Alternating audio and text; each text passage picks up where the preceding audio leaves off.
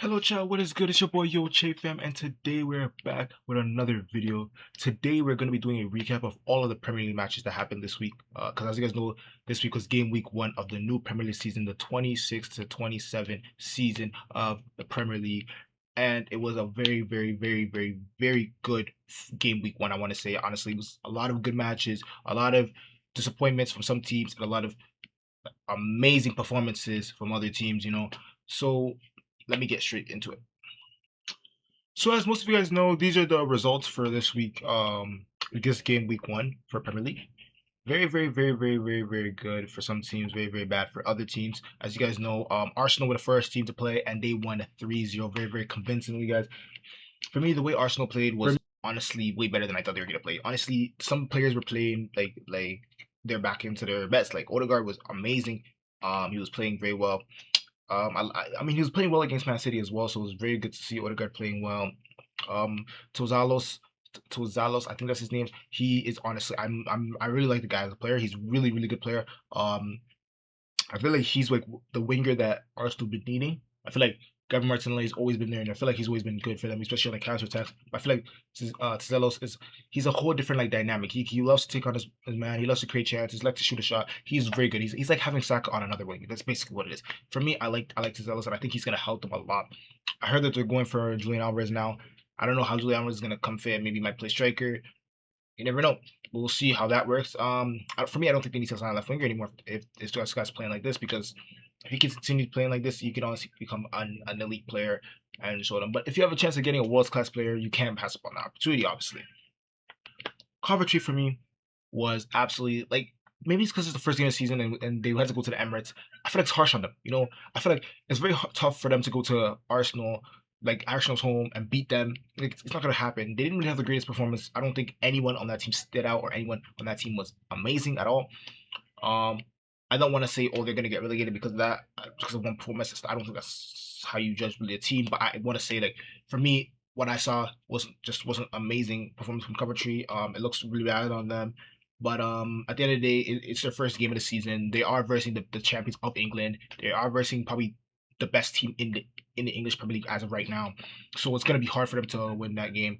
But yeah, they did their best. I don't want to say they did their best, honestly, but they did what they could. And unfortunately, they came out with a loss. And they lost 3-0 to Arsenal. The next game was Man United versus Hull City. And honestly,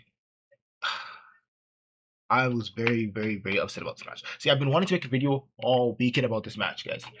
I've been wanting to make a video all week about this match, about Man United versus Hull City. Like, Man United versus Hull City, me watching this match was absolutely just annoying to watch.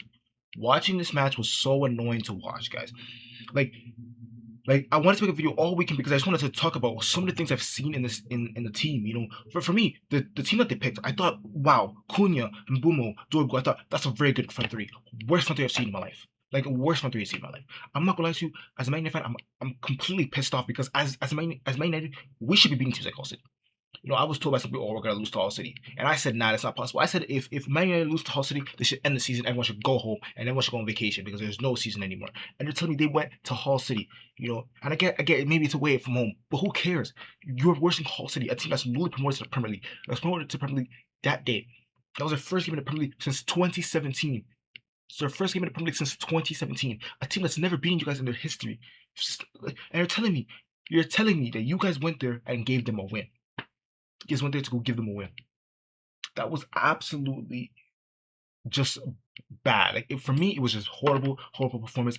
And it's not like I can say, oh, they played well and then they lost. They didn't play well. They played horrible. Every single one player. Dorgu was absolutely terrible. And I think it's been said that Dorgu isn't a possession player, isn't gonna play well in a possession-based team. Dorgu isn't a bad player. He's a good player. And honestly, if you ask me, I think he should still be playing left back. I've said this multiple times. I think he should still be playing left back. I don't understand because when someone scores 1 goal, 2 goals, now he's a left winger. For me, that's not how it works. I think he's a left back. I think he should still be playing left back. That's how it is with me. But Patrick Dorgu, for me, I don't think he's a bad player. I think he's a good player. But I think there's certain games you play him in, you start him in. Against Hull City, where you're going to keep possession, you want to start a guy like Cunha, you want to start a guy like Rashford, because those guys will keep you the ball. They will keep the ball. They'll create chances. They'll do a lot of work for you. But we decided we were going to start Dorgu, and because of that first half performance from Dorgu, in my opinion, probably one of the worst first halves I've seen from any Man United player that plays for that team right now. Any Man United player that plays for that team, I don't think I've ever seen a worse first half from any of them. I'm so serious because the guy couldn't keep control of the ball at all. He couldn't pass the ball. He couldn't touch the ball. He didn't know what to do. He didn't even know how to position himself. And in games like that, when they're playing a five back, why is my left winger in the center position playing cam? Basically, he's basically with the striker playing cam. That's not how it works. That's not how it works, man. And let's not talk about Cunha. Cunha for me was just.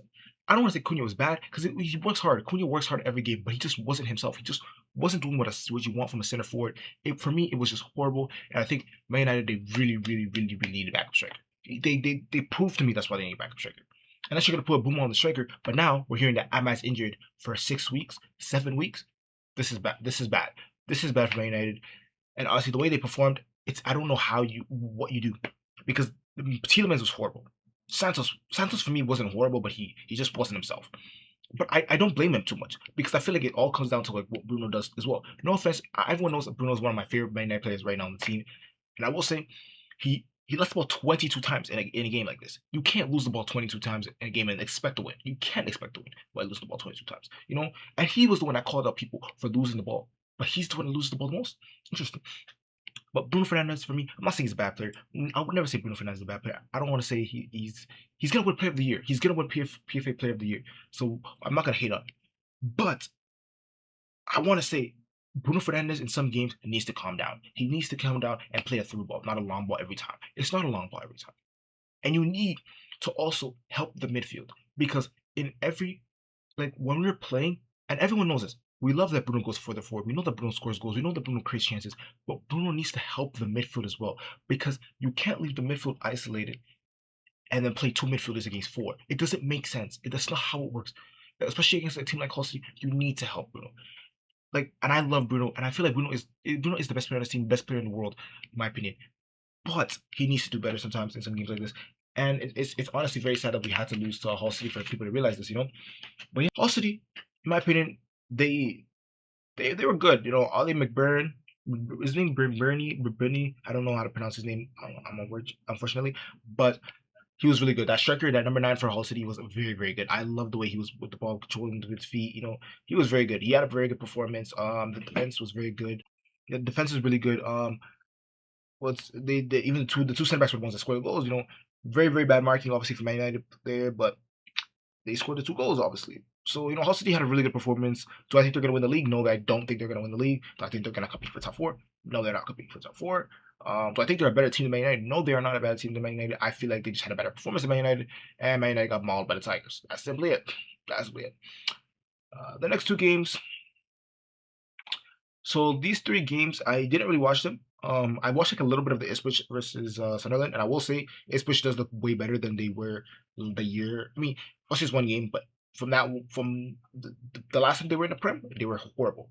This game, they actually look like they can do stuff. They can win games. They can go out there and give you a performance, give you a game. They looked pretty good. It also could just be because Sunderland didn't play their best as well. But for me, I thought Ipswich was pretty decent. I thought Ipswich played really well. Everton game versus Crystal Palace I didn't watch, and Nottingham Forest versus Leeds I didn't watch.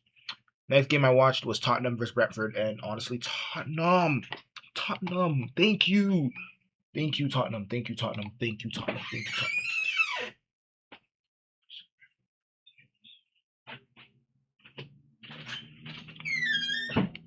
Thank you, Tottenham, because Tottenham. I've said this from before. I said it multiple times. People don't want to listen. No matter who Tottenham buys, Tottenham's going to be Tottenham. Tottenham's still going to be shit. Savino's coming, Marmoush coming, and they're still going to be bad. Because, what are we expecting from Tottenham players? Brighton had Van Heckel, and Van Heckel was an amazing player for Brighton. He was wonderful. Why do you think he left for 70 million? That guy was great. He's a great center back, and I like Van Heckel. Did y'all see him against Brentford? That guy was horrible. It was all of them. Bergvall was even horrible as well. Richarlison, oh my gosh, the whole people, they were just horrible. And I just think it's just Tottenham. It's the history of Tottenham. It's the history of Tottenhm. Tottenham.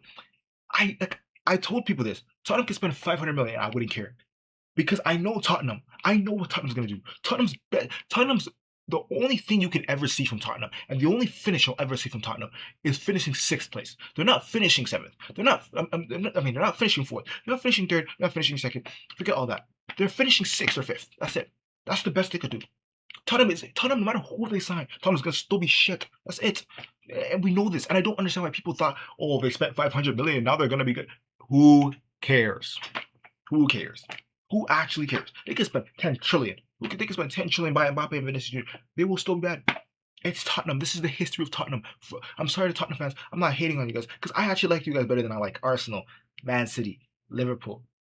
But Tottenham, you guys as fans should know that Tottenham is trash. Tottenham is a horrible club. They need to dismantle it at this point. You know, I think everyone should just go and support it for two. Because Tottenham, the only God could save that club right now, man. I'm not gonna lie to you. The next game was Brighton versus Aston Villa. I didn't really watch it too much because I watched Man City versus Bournemouth more. But I will say, Aston Villa has a problem. Aston Villa has a problem. Aston Villa has a very, very big problem. It's because they lost so many players. They lost Morgan Rogers.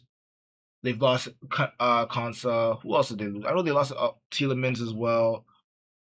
They've lost a decent amount of players, and they're losing Ollie Watkins, by the way. They've lost a decent amount of players, and even the player they brought in, Joao Gomez, was just horrible. He had a bad performance. He was he was the reason for one of the goals. He ended up getting a red card in the game, so it's not really good for him. In his first appearance. I'm not gonna count Aston Villa out and say they're bad because I don't think they're bad. But I think it's just gonna take a little bit of adaptability. And I think the only coach in the Premier League that I think could do that in a season, or even do that in a month, or do that in 2 months, is probably Unai Emery. So I think Aston Villa will be fine. I think it might hurt them a little bit when there's Champions League football, but as of right now, I just think that they'll be fine. And I don't know what to say too much about them because I didn't watch the game too much. But I will say Brighton winning 4-0 is a bit crazy. Well, we have to see what happens with Aston Villa. The Man City versus Bournemouth game, I was very happy because I'd seen that Bournemouth scored, and I was just like, yes, Bournemouth, Bournemouth is gonna embarrass Manchester City like Man United got embarrassed by the Tigers. No. Man City came out in the clutch, and you know what happened? You know why Man City won that game? It's not because Guardiola just made a perfect run. It's because of a pass from Shirky. But guess where Shirky started that game? On the bench. I don't understand what it is with Mr. Enzo Maresca. But Enzo Maresca, please, if you're gonna be a Pep replacement, please do stuff that Pep would do. He's not freaking putting De Bruyne on the bench. Shirky is the De Bruyne replacement. Not no Phil Foden, not no anybody else. It has to be Shirky. So please play Shirky in the number 10. Play him every game. Shirky has to play. Shirky has to play every game. Shirky has to be a starter every game. You know, sometimes you might need to rest him. I get it. But in a game against Bournemouth, at your home, the first game of the season, Shirky has to start. Shirky is in my opinion, he's one of Manchester City's most influential players. Obviously, Palin is their best player because he scores loads of goals. He's just that guy. He's a world-class talent, world-class player. But Shirky is talented.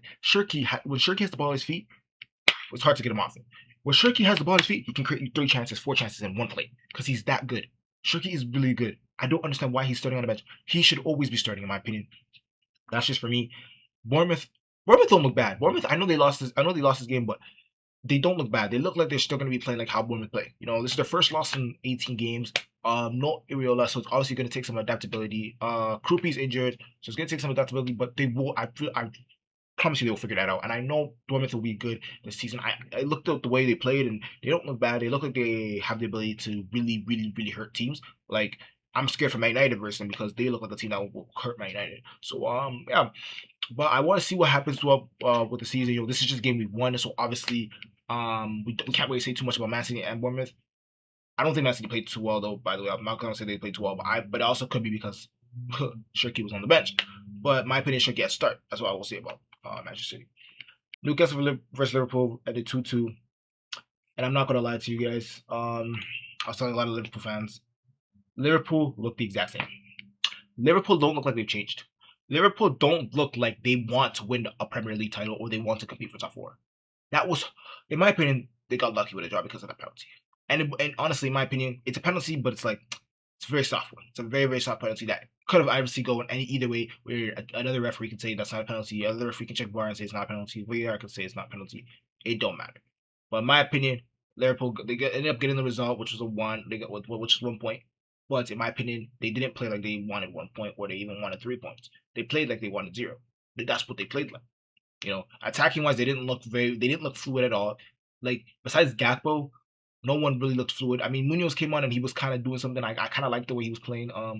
Verts, I don't think Verts was bad, but apparently Verts was bad. That's what people say. I don't think Verts was horrible. I think just because he's 150 million, they expect a goal or assist every game. What could he do? I thought he was pretty decent. But other than that, Liverpool was just horrible. Gavin Bush was good. But other than that, Liverpool was horrible. Defensively, they just look terrible. They look shocking. And that first goal honestly pisses me off because I get it. Kirkus gets outpaced. But in my opinion, I think Van Dijk can go and help him there. I think Van Dijk, when he sees Elanga getting outpaced in Kirkus, look at it. Don't. There's two defenders on one player. That doesn't make sense, in my opinion. I think Xhaka should get Van Dijk there. I mean, should get the attacker there. That's dribbling with the ball.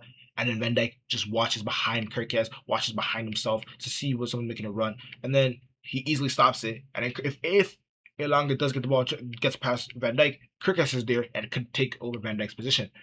Me as a defender, that's what we know. That's what we're taught. But that's not what Van Dijk did. And eventually, Elanga just lays past him and scored. And the second goal, counter attack again. Wissa passed it to Whitlock. Whitlock, bang it into the back of the net. I think keeper could have done better, but it was also a really good strike. So can't really hate too much. I will say, for me, I'm not. Liverpool looks horrible. I think they need wingers. I think they need Barcola. They need Mbaye. They need Minte. Whoever they can get, they need to get in. I thought Gakpo was really good, and he's the one that's going to lead the team, which is absolutely crazy. But yeah, and then Newcastle. For me, Newcastle don't look good either. I feel like any other game, if they're risking a team like Leeds, they might lose because Leeds is not going to give them this ability to just counterattack them. I just don't think that. Yeah. And guys, so the last game of the weekend, the game that finished literally not too long ago, I had literally finished watching it, was Chelsea versus Fulham. And honestly, I want to say this was probably my favorite game of the weekend. I don't think there was a better game. I think that was my favorite game of the weekend. Honestly, I thought both teams looked decent. Especially Chelsea. Chelsea's attack is actually. I said this guys in my prediction. If y'all haven't watched the video, y'all can watch the video after this. Go to my channel, you can see it. But I said in the video that Chelsea probably have one of the best attacks in the league, and I think they might have it because when I look at the attack, Morgan Rogers, Cole Palmer, Joao Pedro. If you see the way Joao Pedro and Cole Palmer were playing today, wonderful. And then the strike from Morgan Rogers to score goals today was great. Cole Palmer strike between the keepers like great. Joao Pedro's dink over the top. Great. Just great all around from all of them. You can see them even creating chances for each other. That attack is scary. And it looks very, very dangerous. I'm not gonna lie to you. Fulham, I thought Fulham was pretty decent as well. I thought what's the guy from Real Madrid? Garcia. I thought he was nice. The other guy from Real Madrid too, Palacios. Oh my gosh, I thought he was nice as well. Oscar Bob looked really good. But my favorite player from Fulham was Josh King. Like that guy, he has potential. Like he actually looks like a really good player. He looks like he's gonna be a star player in the Prem soon. Like he's really good. He is really good. When he's dribbling on the ball, like it's crazy. I remember there was one chance he was dribbling, defender on his back, still dribbles, keeps dribbling, gets into the box, puts the ball in the box. No one's there, but it was a really good ball. And I feel like Ram Garcia's in there. Oh my gosh, goal. You know what I mean? I think Fulham looks pretty decent. I feel like Fulham can do some things with that team. Honestly, I think they do look really good. Chelsea looked pretty decent as well, so I'm very excited. You know, I'm actually excited for this Premier League season because I feel like there's a lot of teams that I didn't think were going to be that good, but they're looking good. And then Chelsea, I knew they were going to be good attacking wise, but they also looked pretty good in midfield. I think their defense is still poor. I think their defending is very, very poor. Stuff like I like Lacroix, I like Cole. I think they're good defenders. I just think that they make a lot of mistakes. Some of them, like not Lacroix, because Lacroix was actually pretty good today, but like Colwell makes some mistakes. I feel like Colwell almost was sent off at one point. But yeah, I thought Chelsea was pretty good today, honestly. But yeah, so today I'm gonna be doing my team of the week, and my team of the week is probably going to be Arsenal. I think Arsenal was the best team this week. So we're gonna give Arsenal team of the week, and we're also going to give the player of the week is going to be okay. I've decided I'm gonna give my player of the week. I'm gonna give it to from the games I've watched because I didn't really like. I know some people are gonna say Hinshaw should probably win it because he scored 2 goals, but I'm gonna end up giving it to Cole Palmer because I didn't watch a lot of the games. Like I'm not that I didn't watch a lot of the games. I watched most of the games. I just didn't watch that game, so I can't really give him the thing if I didn't watch him. You know, but Cole Palmer, I watched the Chelsea game, so I can give it to Cole Palmer. I thought Cole Palmer was amazing. I thought Cole Palmer looked like he's back at his best. So I want to give it to Cole Palmer. Cole Palmer is my player of the week for game week 1, and my team of the week is Arsenal. I thought Arsenal's the best team this week. I'm not gonna lie to you. And the team that the worst team this week, I'm gonna give it to Manchester United because Manchester United was absolutely abysmal this week. But yeah. Thank you guys for tuning into today's video. If y'all liked it, leave a like, comment, and subscribe. Comment your team of the week, comment your player of the week, comment your worst team of the week, and yeah, I'll reply to all of them. But without further ado, I'm gonna see y'all later. Peace.